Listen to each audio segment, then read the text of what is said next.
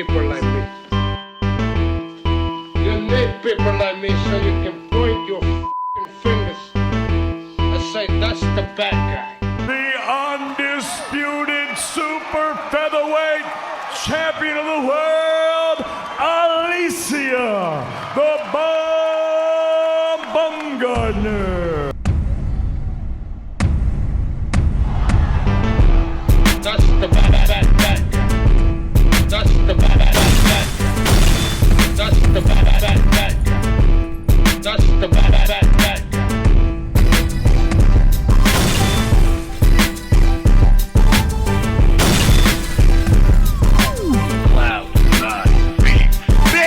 Welcome to the motherfucking relay. We're covering today's top boxing news.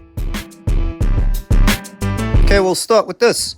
It was officially announced earlier today that Alicia Baumgardner will be making her most valuable promotions debut on the undercard of Taylor vs. Serrano 3 Friday, July 11th, opposite the ring Spain's own Jennifer Miranda.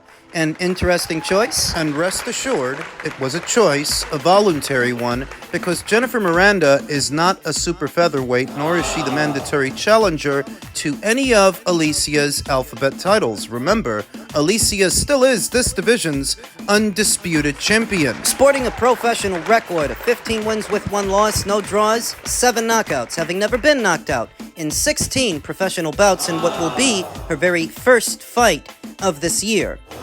And only her second in the last 2. Remember, she only boxed once last year, and that was the Delphine Persoon fight. Now she'll be facing Jennifer Miranda, who sports an unblemished record of 12 wins with no losses, no draws, and only 1 recorded knockout. Jennifer is best described as a boxer, not necessarily a puncher, not big on power, certainly not a knockout merchant, with only 1 recorded knockout. Power, the edge in power would have to go to Alicia. As well as the edge in youth, Alicia is 7 years younger than Jennifer. Alicia's 31, Jennifer's 38. The edge in experience must also go to Alicia. Oh, granted that she has 1 career blemish, but she avenged that loss to Cristina Linardatu, and comparatively, she's been in there with much, much better fighters on a regular basis than Jennifer Miranda has. So every conceivable edge you can give to Alicia going into this fight, not because Jennifer Miranda's not good, but because Alicia is just better. The only thing I can give Jennifer going in is momentum, a little bit of momentum, because she actually fought 3 times last year, where Alicia only fought once, but that one fight was still less than 12 months ago, so Alicia doesn't have any ring rust to shake off, and obviously, neither does Jennifer. Last in action in October of last year, the month after Alicia's fight with Delphine Persoon. The reason this choice, and rest assured, it's a choice, the reason it took me by surprise, it's not just because Jennifer Miranda is WBA interim champion at featherweight, it's because I half expected a mandatory to get called. I half expected that Alicia's next fight would be against one of her mandatory challengers because she hasn't been that active in the last 12 months. So you figured it by now, she might have 1 or 2 mandatories in the queue she needs to take care of, whereas this is a voluntary title defense, not a mandatory. Jennifer is moving up, and I wonder if she falters, if she loses, and I think she's going to, will that affect her interim status downstairs at featherweight? Because if it does, the highest ranked contender is France's own Emma Gongora, and the second highest ranked contender is Canada's own Caroline Vieira, to where if anything happens to Jennifer's interim status, it may go to one of them. Remember that both Katie Taylor and Amanda Serrano's careers are winding down. Amanda is still in possession of 2 alphabet titles at featherweight, and the WBA title is one among them. I anticipate that very soon she's gonna drop that belt, regardless of what happens with Katie in the trilogy. Up until this point, Jennifer Miranda was the fighter in a pole position to catch the WBA title if and when it goes vacant. But now that she's moving up, because I think there's a strong possibility that Alicia is going to beat her, you have to wonder if that's going to affect her interim status downstairs at featherweight. It might. There's a noticeable difference in the build of the fighters in terms of the tail of the tape. they're about even. Both stand in at about 5'6", but in terms of build, you can see Alicia is bulkier. There's noticeably more musculature, whereas Jennifer is a lot slimmer and more wiry. Stated, Alicia's got the edge in power. If you've seen both fighters in action, and I have, those big legs make for a big punch. Power is drawn from the ground up, and Alicia is a very balanced fighter with good stability, so she generates good power when she lets her hands go. I like Alicia to win this fight at first glance in what will be her most valuable promotions debut, and we'll get a little bit more into it as the fight date approaches. Elsewhere in the world of boxing, the numbers are finally in for the Dmitry Bivol versus Artur Beterbiev rematch dubbed The Last Crescendo. Ring Magazine has confirmed The Last Crescendo on February 22nd generated 340,000 pay-per-view buys globally, which is a lot more than the initially reported 45,000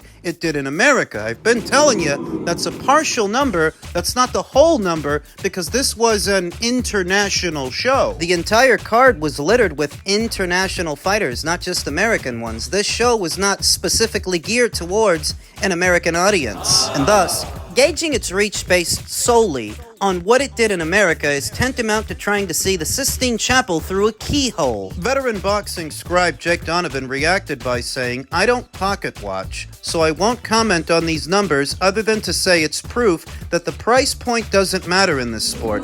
People will either buy a pay-per-view or they won't, whether it's 25 or 75. Context for those who question why US pay-per-views come in at a higher price." Yeah, that's bullshit.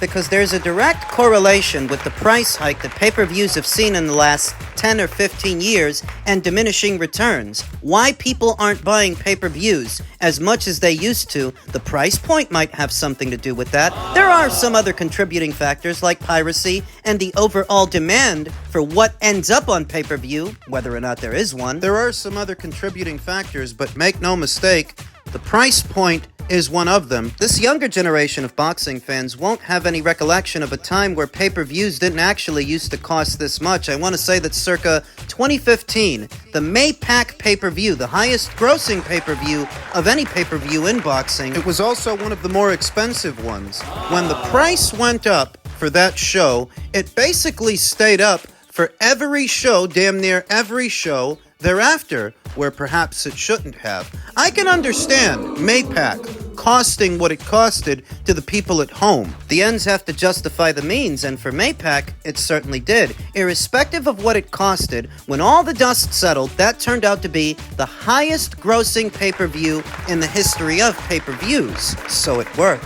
But you can't say that same success has translated to the assembly line of pay-per-views we've seen in the subsequent years that have followed. Pay-per-views that cost just as much as that one did, or in that neighborhood, but didn't sell anywhere near as much. The ends didn't justify the means for them, and the price point being what it is now, where it used to be cheaper, has done more to turn away customers. Because they're making it too expensive to be a boxing fan, hence the demand for illegal streams. The uptick in piracy goes hand in hand with the oversaturation of the market. There didn't used to be this many pay-per-views, and thus, there didn't used to be this much piracy. But now, see what the situation is now. I read through Jake Donovan's comment, and I couldn't help but think that this was his veiled attempt to try and justify what these guys charge for a pay-per-view in America. Why would he want to do that? In America, nobody's been shelling out more pay-per-views in the last 6 or 7 years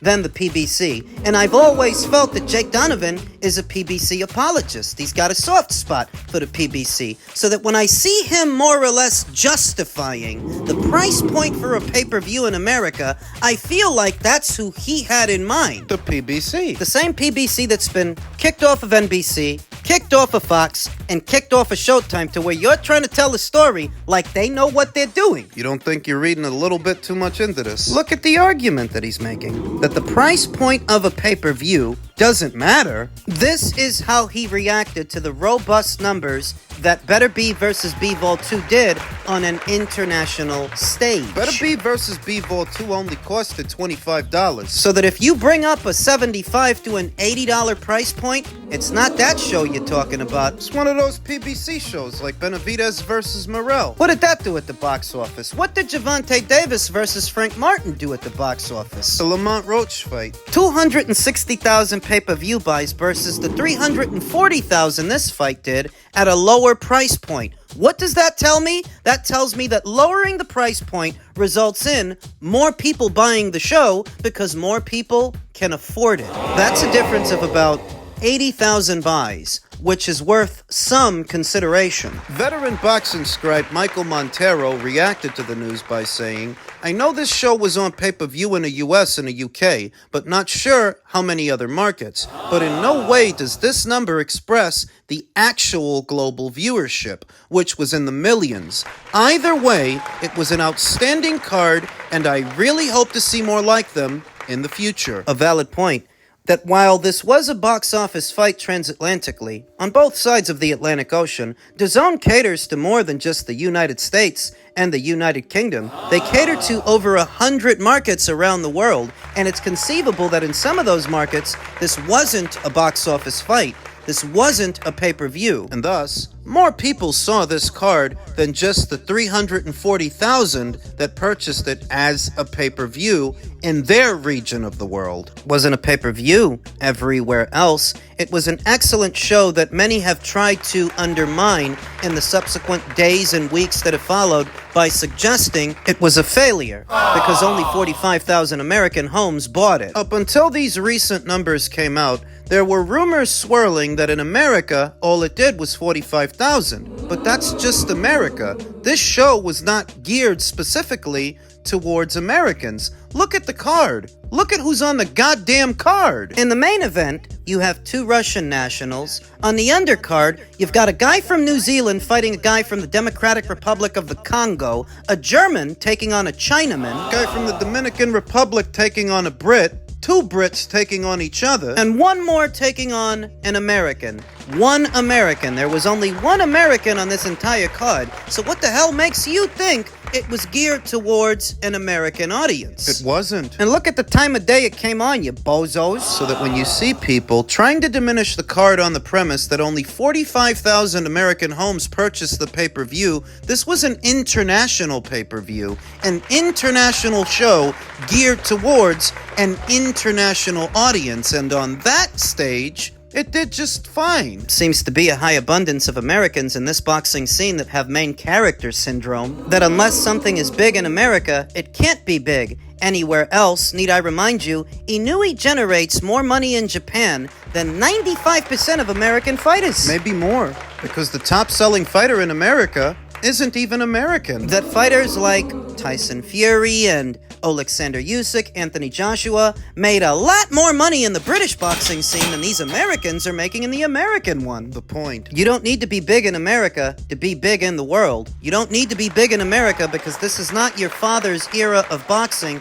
where America is the epicenter for all things boxing. Things change, and I've been saying that for years. Yeah, being big in America helps, but it's not a requisite. It's not necessary, because this ain't your father's era of boxing. There's actually more money on the world stage than just the American boxing scene. And if you doubt me, surely you can explain why NBC, Fox, Showtime, pretty soon ESPN, are all walking away from boxing. There have been a lot of major broadcasters in the American boxing scene walking away from boxing, and I don't think it's because this is the Mecca, because this is the epicenter for the sport. I've been saying it for years. Boxing is more of a world sport now than it ever was. Upstairs in men's super middleweight news, Marcos Villegas took to his social media and stated, "It's official, the return of Caleb Plant and Jermall Charlo on May 31st in Vegas.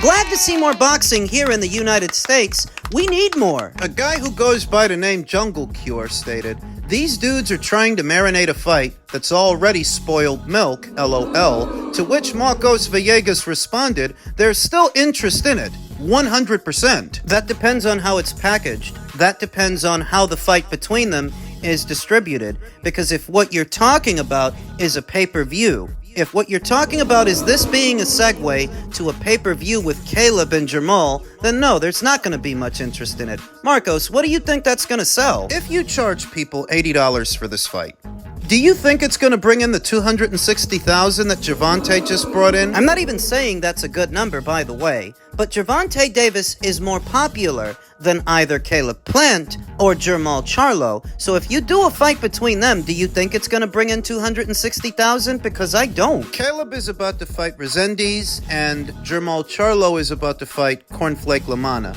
on the undercard. That's not going to be a pay-per-view, but the logic is that if both boys make it through their fights, they'll then put them in the ring with each other, and in all likelihood, that will be a pay-per-view. So that if it is, what do you think it's going to generate? Not a lot. So that when it doesn't, the actual number will be held under lock and key, guarded, as to avoid embarrassment. Believe it or not, I don't hate that fight between Caleb and Jamal. Jamal still is an unbeaten fighter. It's the packaging I take issue with. That's not box office. That's not pay-per-view worthy. Ideally, you would put that on the undercard of a bigger fight, a bigger main event, because that by itself shouldn't be. I use myself as an example, as I spend a lot of money on boxing throughout the calendar year. I purchase pay-per-views, I buy them, and I can tell you, that's not value for money. The online environment is a bit deceptive because you might come across a cluster of individuals that are excited about Plant versus Charlo, but how many of them are going to buy it? That's the question. That's what matters. Now, I see that Marcos wants to see more fights happening in America. Because this is not a big fight. Likely because a lot of the bigger shows that have been happening in Saudi require the boxing scribes to travel there. And I can understand for Marcos how that might be inconvenient. For him and all the other boxing scribes to have to travel halfway around the world because enough isn't happening in America. It's a pain in the ass. And I think that's where his enthusiasm comes from, that he gets to cover the fight, doesn't have to travel halfway around the world to do it, so for him that's a plus, but in a very general sense, I've no real desire to see Caleb Plant fight Jamal Charlo. Jamal Charlo has been a sparsely active and troubled fighter for years now that I'm not excited about his career. That guy could never box again, and I wouldn't bat an eyelash. This is just the PBC foraging for scraps to put together a show as best as they can with what they have, and they don't have very much. To the consumer, to me, this seems like a subpar product. An inferior product, because I get better fights than this at a cheaper price when it comes to Riyadh season cards and Ring Magazine cards. I got to see Artur Beterbiev and Dmitry Bivol fight not once but twice, and it only costed me $50 for both shows, whereas this one show is gonna cost more than the both of those. 80 freaking dollars to watch Betty Ford Charlo take on low battery Caleb Plant? Give me a break. That's the end game. Get them both tune-up fights, then put them in the ring with each other and charge the boxing community $80 to see it. I'm sorry. Not excited.